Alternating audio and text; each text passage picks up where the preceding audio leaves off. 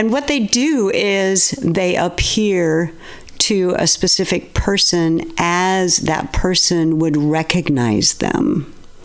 So there is an aspect to the undead.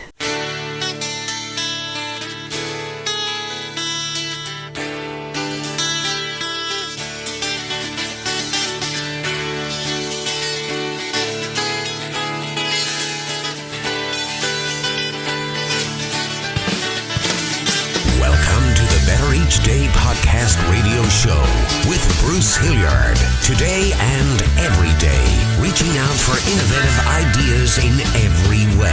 Today's show is brought to you by your future. It comes with a lifetime guarantee.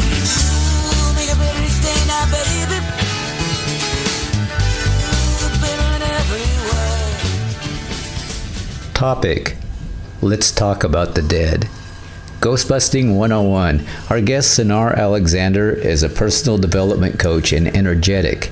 She refers to herself as a sensitive, one who sees, feels, and experiences the unseen within and around us. Her mission is to support others in discovering their own personal awareness of these energies and to facilitate the management and refine the skills needed to successfully coexist with that which we cannot see. Sanar works with individuals, groups, and families. She is available to diagnose, define, and clear up any disruption in your home, your psyche, in your work, or sleep state. Sanar says we are all energetic beings. The more we become of the unseen aspects of ourselves, the more empowered we are to live a fully expressive and successful life. The music you hear in the background of the conversation is from Sanar's CD, Beautiful. And this is the first of a two-part conversation with Sanar Alixandyr. When did you realize you could communicate with dead people? Such a lovely thing. I don't know how else to ask. I know. It almost seems disrespectful, doesn't it? It does. Yeah. It does. But the truth is that, dead people are people that just are not in physical bodies. So I actually remember being an infant and being a very small child and seeing lights and beings and creatures that came and went and all sorts of different imaginary essences that I thought was natural because I could see them and feel them, but didn't realize until later on that I was the only one seeing them and feeling them. So you were afraid of that? No. You just didn't know any different? No, I didn't know any different. They were really nice. They were, kind of Peter Pan-ish and Tinkerbell-ish and happy-go-lucky, light, bright beings. Oh, not according to Hollywood. They're always kind of bad guys. Well, yeah. Bad guys did come later. Uh-oh. Uh-oh. Dun, dun, dun. I know. I got to hear about it. You got. Well, my parents weren't very happy beings as human beings, and they carried with them a lot of dark and negative energy. And so as my childhood began to move into a more abusive and negative sphere, for lack of a better word at this moment in time, then the dark beings began to gather around me as well. So what happens when you die? For a lack of a better question to ask, because this is not my topic. Isn't this a great topic? It really is. It really is. It's fitting for the occasion. Well, happy Halloween. Yeah. My favorite. It really is. What happens when you die? Well, there is a part of each and every one of us that is not physical in nature. There is a part of us that's energetic. We are electrical, yes? Our hearts are beating, our brains are thinking. Like, who's doing all of that? There is an essence that came from somewhere, some source of energy. And so when the physical body ceases to exist, then that energy that I describe as who I know myself to truly be, because I got the beautiful gift of dying several times, meaning I really knew that who I was not this physical body. I could come and go almost as I please. So when you say dying, did you flatline? You were pronounced dead, or? Well, I had 3 different abusive experiences. The first time I was maybe 2 years old and thrown up against a wall and just popped out. So the body hit the floor. My spirit went to the ceiling. I was like, what? So that was very strange. And then the people that did that to me revived me, which sucked my energy, just like in the movies, back into my body. And as a child, I chose to forget that ever happened. And I actually wrote a play, and that's what I used. Every time I had a near-death experience, I would tell myself this never happened, and just forgot. Blocked all memory of it. I've got your CD. Is that what's on the CD? Yes. Okay. Yes. Beautiful. Oh, beautiful. Beautiful is the name of the little girl. Beautiful is the name of the essence that I felt that she was or is.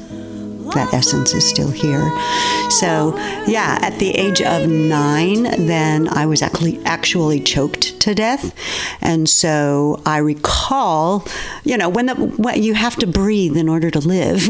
Let me tell you this. I realize. Let me tell you this. Sounds like you're hanging around the wrong folks there. This is true. Wow. I was abducted by a couple of men in a car and taken out and terribly abused and choked to death. And I recalled every moment of that and what it's like not be able to be in the body anymore. And so so the spirit, beautiful, that I knew myself to be, my personality, exited and tried to leave, kind of went down a dark tunnel, and I got kind of scared. And so then I came back and waited until they were done, and then consciously chose to breathe back into the body, and they delivered me home, and I chose to forget all about that. Wow. Well, I'll count for the beautiful part. Aw, thank you. Do people take on ghosts, I'll call them, take on a physical appearance? Some can, and some can't. Just like people, we all have talents and skills. When I work with energies that are not currently in a physical body, if they have the capability to appear, or they want to practice appearing to humans for one reason or another, sometimes just to freak them out, scare them, or just to practice, they're on another side. They're in a different dimension, but we can see and feel and sense each other. So if they want to practice appearing, then they will do so to someone who hopefully is capable of seeing interdimensionally.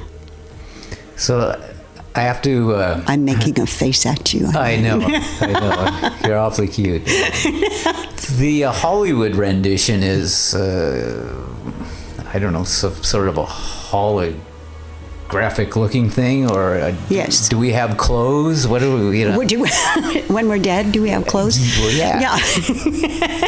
Holographic this clothes. This is a family show. This is a family show. Yeah.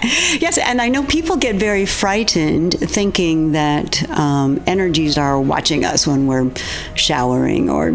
Oh, God knows. Or what things we're doing as human, and so. So don't pick your nose. So well, actually they actually have no agenda as to what we are doing with our behavior. You would hope not. No. And what they do is they appear to a specific person as that person would recognize them. So there is an aspect to the undead. Dun, dun, dun. That means. What do I credit the soundtrack for? That means I've had several experiences where I have seen. Let me pick a safe one. My grandmother appeared to me when she passed, and she was in Washington State, and I was in Arizona, and not really spending a lot of time with my family. And so I felt her come to me, and she came to me as a young woman. Now, I had not known my grandmother as a young woman, and actually had only met her a few times in my childhood because they lived far away. And so it was an experience that I had where she appeared to me. She seemed very young. She seemed very vibrant. And we had some moments together, and then she disappeared. And I discovered later that that was the moment that she passed. When I spoke with my mother about my grandmother, her mother, my mother's comment was, yes, she was a very young energy, regardless of her age. So I got to see her in her prime, as opposed to who I knew her to be at the age of 80. So she appeared to me as a young woman so that I could connect with her in that way. If she were to appear to, say, my mother or my older sister, she would probably appear as they would recognize her and have a relationship with her. So how do you account for that? Does the recipient's brain filter what? Yeah. They communicate how we can receive. So, for example, another example is my grandfather, whom I never met, and he was quite a character. He used to smoke cigars, and occasionally, and I don't smoke at all, never have, never will. And now you're making a face at me. No, I have a question. Can you smell? I smell cigars, and I know it's him. No way. Because why would there be a cigar smell in my car? I'd be like, what? Who's, and so when I finally discovered and saw a picture of him smoking a cigar, I was like, oh, it's you. Okay. And so I can now relate with him energetically as my grandfather that I never got to meet. When I smell a cigar, it just knows that he's around me. That's so interesting. So if Willie Nelson ever passes, you'd be able to smell weed in your car? You probably would. On the road? I might hear crazy. I don't know. I'm having fun with this. You're a very fun person. So thank you. You're asking some really fun questions. Yeah. And I like the title you gave this, Ghost Busting 101. Isn't that fun? My burning question is, why aren't you just freaking out scared of something like this? Quite often you are. Oh. Because it's an energy. It's like, have you ever been in a lightning storm, like up in the mountains? And I think I know where you're going. You can feel. Yeah, you can feel the electricity. Yeah, the one that comes to mind was I was painting a house and I was on an aluminum ladder, which is probably I might as well put a lightning rod on my head or something. But yeah, the hair stood up. Yeah. And that's what, you get that sensation? Yes, yes. And so either fortunately or unfortunately, I would go into the mountains when there was a storm and go, oh, lightning, and I'd get as close as I could. But then when it started striking the ground around me, I would think, oh, this is probably not a very good idea. Turn around and leave. But for me, that's interesting and that's energizing. And so when you encounter an energy that is interdimensionally close to you, then you feel it with your senses, with your skin, or the hair, goes up on the back of your neck or on your arm, or you feel it. And so, unfortunately, that's how you feel when you're afraid as well. And so most people, when they feel that, they get really scared. Like, oh my gosh. And the minute you've gone, oh my gosh, it's broken the connection, and then you can't hear them or see them. If you freak out, it's hard to maintain that energetic connection. You're describing a sensation I've had before. But now if I feel that way, I'm going to start looking around to see if something freaky's going to happen. I don't know. I keep going back, like, say, Hollywood stuff. But I don't know. But does it work that way? Is there... So in Ghost Busting 101, which is actually a talk I give, there are 3 parts. And the first part is, don't freak out. Like, don't be afraid, because if you're afraid, then it's kind of like if you're afraid of a dog, what's the dog going to do? Yeah. It's going to come and bite you, I think right? dealing with a similar energy as well. Yeah. But if you're not afraid, then that energy is not engaged with you. And so the first question you ask is, who are you? That way you're holding your own energy within it. You're holding your own space with an energy that has come close to you interdimensionally. And so if you can stop, not be afraid, and just say, who are you? And wait to see if you get some kind of an answer. And if the answer is, I'm Jim Morrison, then you say, cool, dude. I see you broke on through to the other side. But that's when, if something responded, now I'm freaking out. Now that's a showstopper. And so, No. Then the next question is, what do you want? Yeah. Huh? Well, yeah. Well, what do you want? Who are you and what do you want? Because they're appearing to you for a reason. Mm-hmm. They don't do it just for kicks, really. There's a lot of reasons for ghosts to appear, but it's, the paradigm of working with interdimensionalities, I don't even know if that's a word, it is now, is holding your own space. It's all about you. You are having this experience. You're having this paranormal experience, and so actually you're in charge.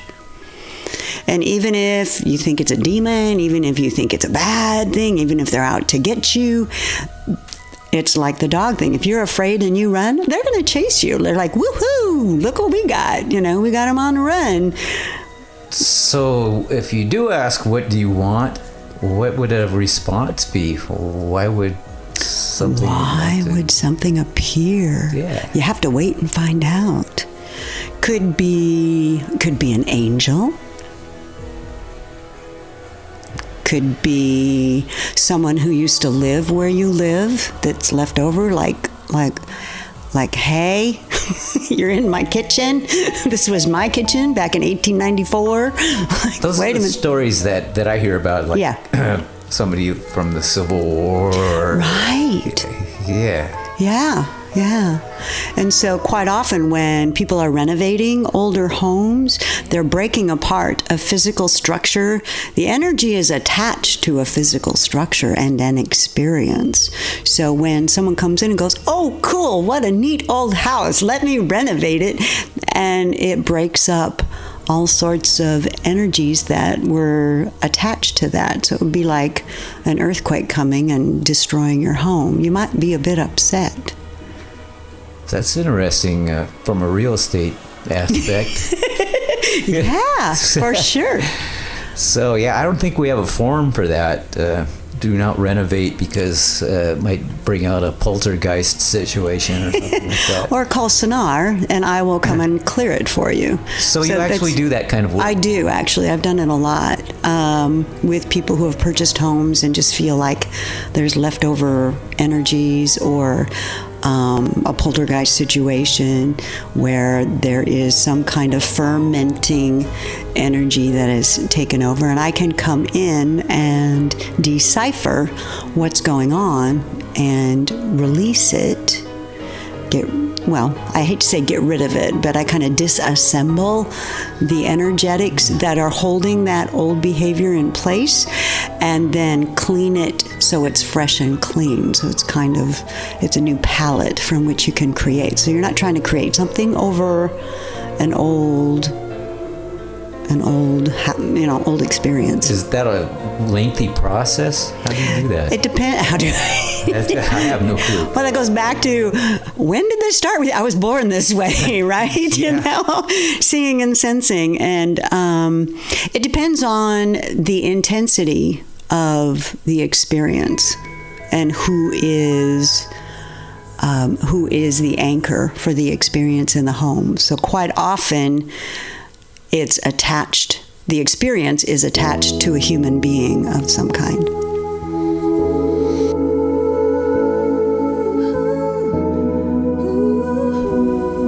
We will continue with Sanar on the next episode, Ghostbusting 101 Part 2. Check out the show notes for this episode on our website, Better Each Day Podcast Radio Show. And until then, support for Better Each Day comes from BruceHilliardHomes.com. For a better day in buying or selling a home, search BruceHilliardHomes.com or visit our website, Better Each Day, for more information. And while you're there, subscribe to the show. It's free. That's BruceHilliardHomes.com, Windermere Real Estate. And make it better each day.